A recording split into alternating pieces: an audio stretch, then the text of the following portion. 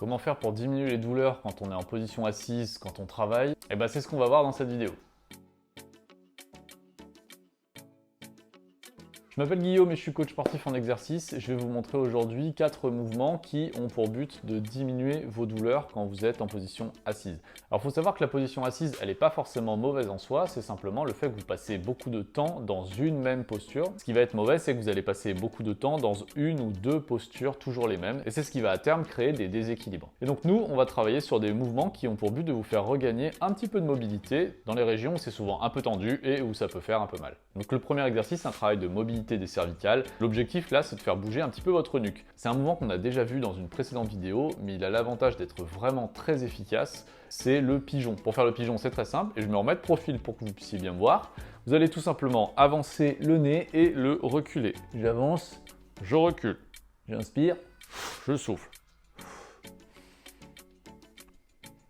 Si vous avez besoin d'un support visuel, vous pouvez tout simplement mettre votre doigt devant votre nez et chercher à viser le doigt avec le nez et à vous reculer. Vous visez votre nez, vous vous en éloignez. Vous visez votre nez, vous en éloignez. Faites ça une petite douzaine de fois et je peux vous garantir que vous allez sentir un peu mieux votre nuque. Le deuxième exercice qu'on va voir, c'est pour les épaules. Souvent, quand on travaille en position assise, nos épaules, elles vont avoir tendance à partir vers l'avant. Ce qui fait qu'on va créer un déséquilibre dans l'épaule même. Donc pour l'exercice d'épaule, ça va être très simple. On va travailler sur de la rotation. Vous allez ouvrir vos bras devant vous. Vous allez tourner les paumes de main vers l'extérieur. Vous allez sentir que ça arrondit votre dos. Vous pouvez laisser tomber un petit peu la tête sur ce mouvement. C'est comme si vous cherchiez à envoyer vos pouces vers l'extérieur. Et sur le mouvement opposé, vous allez tout simplement faire une rotation externe en envoyant vos pouces vers l'arrière et en ouvrant.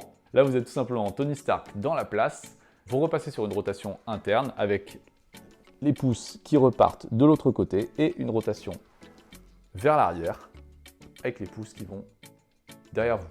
Vous pouvez faire ça une petite dizaine de fois. Le troisième exercice, ça va tout simplement être un exercice de mobilité pour votre bassin, parce que lui non plus ne bouge pas beaucoup quand vous êtes en position assise. Si en plus vous travaillez sur un canapé, c'est encore pire puisqu'on a tendance à s'enfoncer. Donc là, ce que vous allez faire, c'est que vous allez tout simplement poser votre pied sur votre cuisse. À ce moment-là, vous pouvez déjà sentir que sur le côté, ça travaille déjà un petit peu. Alors ce qu'on peut faire, c'est qu'on peut appuyer un petit peu sur la cuisse pour accentuer le travail, mais si vous sentez que c'est trop fort, ne le faites pas. Et si vous voulez essayer d'aller un petit peu plus loin sur le mouvement, vous pouvez chercher à descendre vers le bas pour sentir un petit peu plus l'étirement.